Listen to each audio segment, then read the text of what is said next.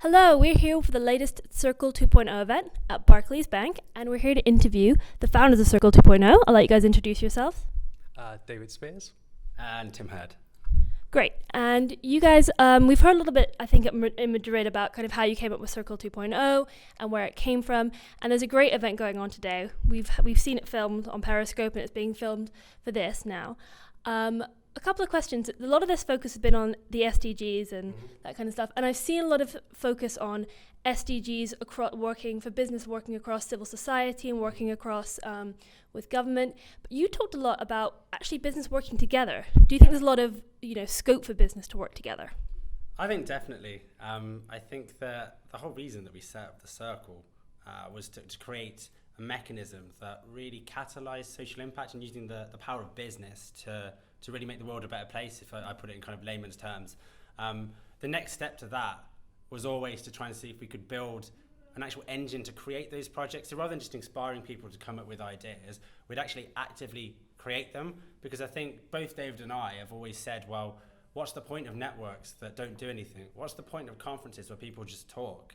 The whole point of the Circle, and the reason it's called Circle 2.0, is that we built Circle, made a foundation to activate the network, activate our 400 global members through Circle 2.0 to make it an engine that develops and actively creates social impact and purpose-driven projects. And I think that there's a huge gap in the market for companies to work together using the strengths they have to solve a variety of social issues.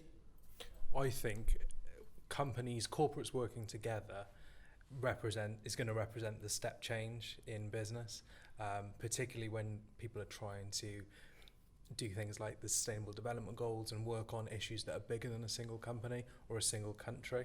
I think that's I feel like I'd say we're ahead of the curve, but I think we're really trying to drive that collaboration, and we really feel that it's going to come from young people working in corporates coming together as opposed to top-down CEO, because the message always gets diluted as you go down. So I think if we can bring young, passionate people together to work on things and then go back to their corporates and sell that message up, I think that's going to have a lot more impact. You stole my next question. I was going to ask, do you think it's something special about the millennial generation that they are able to work across industry and work together as businesses that differentiates themselves from the generations that have come before? Or do you think it's just a general, a greater alliance between young people now? I think it probably goes back to our do well, do good mentality. I mean, that's one of the things that we really focus on as the Circle, is this whole hashtag do well, do good. And I think it's a very millennial trait to want to do well and do good. And I think historically you had to choose. So you either went and worked for a bank and did well, or you went and worked for an NGO and did good. Now the two can be inherently not just like entwined, but mutually supportive. And I think that therefore millennials are thinking about, well, can we use the power of businesses to solve social problems? And if, Jeremy at another bank and my friend from university at a big supermarket, if we can work together to solve a social problem, then that I think the divide between companies is thinning a little bit. And to my perspective, I think that there's bigger things than David and I. There's bigger things than your own career. And if you can do things that make the world a better place in a sustainable way, and can do that without sacrificing your own sort of career and position, and that's like incredible, right? I think as well, as a young generation, we're obviously more connected than we've ever been before, and I think that allows us to collaborate in easier ways. I think it's always going to be a young thing to want to try and change the world, but I think us as a generation now, as a millennial generation and the next generation, we've grown up with technology, we've grown up with that way of connecting with each other. And I think if we're able to take that kind of all that instant technology, and if we're able to take that and use it for good through business, through the power of business, then I think that represents something that could be really, really impactful. Now, the SDGs have come in for a little bit of criticism by CEOs and publications, notably The Economist, as being too complicated. Beneath the 17 goals, there's 169 targets and over 300 metrics. It's quite complicated. Do you think that despite all this, the SDGs are still hope we still might be able to reach the goals by 2030? Or do you think that, they're an aspiration and nice to have, but they're not actually attainable? That's a really good question. Yeah, I think they are obtainable. I understand that they have come under criticism, but I don't think anyone's ever going to come up with the perfect way to save the world.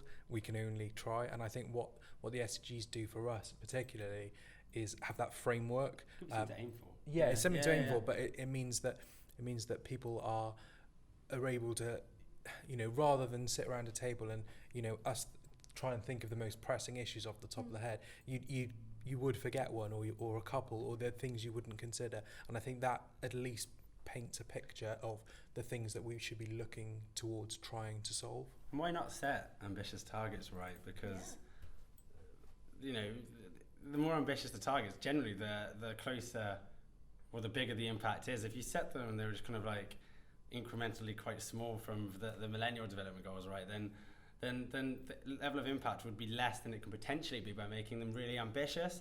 Because I think that we're in an age now, and to your point around technology and so forth, where thousands of people, let alone just young people, can come together behind a cause very quickly. And I think that whilst they're complicated, I think that actually gives you an opportunity, because I think within all those various metrics and whatever, there's probably something in there that rings true for you.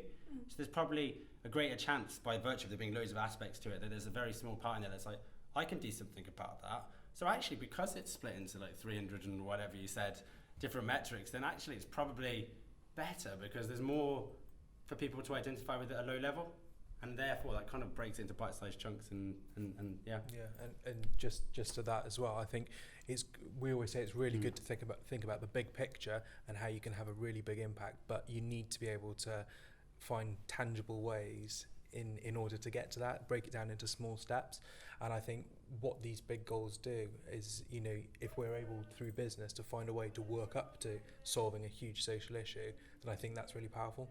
Yeah, I mean, it's dream big, right? Have a big vision, but build small. So, but many times over. So incrementally, you just add more and more bits to it. You break down your grand vision into chunks, and then you break those chunks into other chunks, and eventually come up with a plan that actually is quite realistic.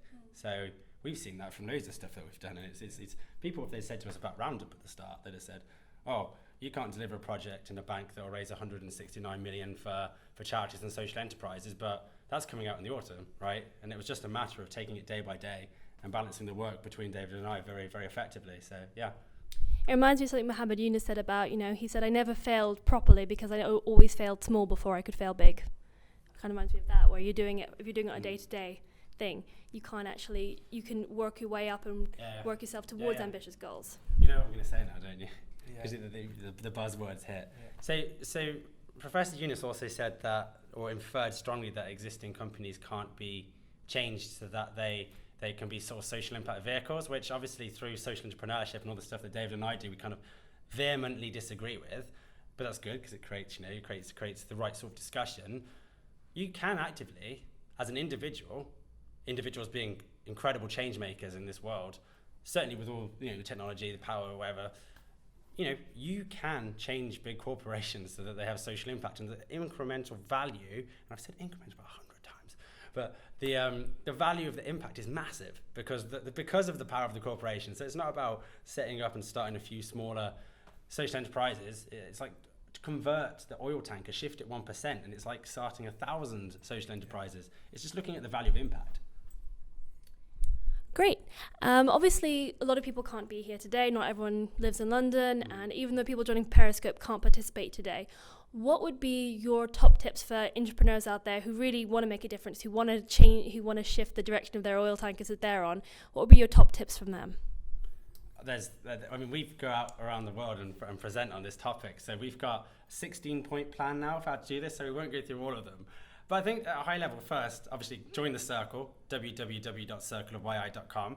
That gives you access to our community of young change makers that you can exchange and debate whatever and talk about your projects in sort of a safe place. I'd say look at something that you care about and start with the problem. So start with the social problem and then work back from that and say, okay, social enterprises and charities are struggling for a better way to donate. So how can the company I'm in solve that problem? And we looked at that, and that's where we came up with Roundup. It's all about starting with these social problems and saying, okay, let's pull that back into the corporate environment. And then when you come up with the idea, make sure that it hits what we call the entrepreneurship triangle, which is customers would want it, it has a business case, and it has clear social impact. If you tick those 3 boxes and structure it in the way that we go out and tell people to structure their presentations using our experiences and our mistakes, then it's actually such a, if your idea ticks those boxes, it should happen. It's just about getting the right message to the right people at the right time. And I think as well, when we started our entrepreneurship journey, we felt like we were strange, like we were the only ones that thought like this. Yeah. We didn't know that there are a lot of people out there that think in this way and that want to do well and do good. So I think just be encouraged that there are people out there that are trying to do really great stuff, and hopefully if by joining the circle you're going to be a step closer to joining that big community of people that want to do well and do good. Tim and David, thank you so much. Thank you very much. Cheers. Cheers.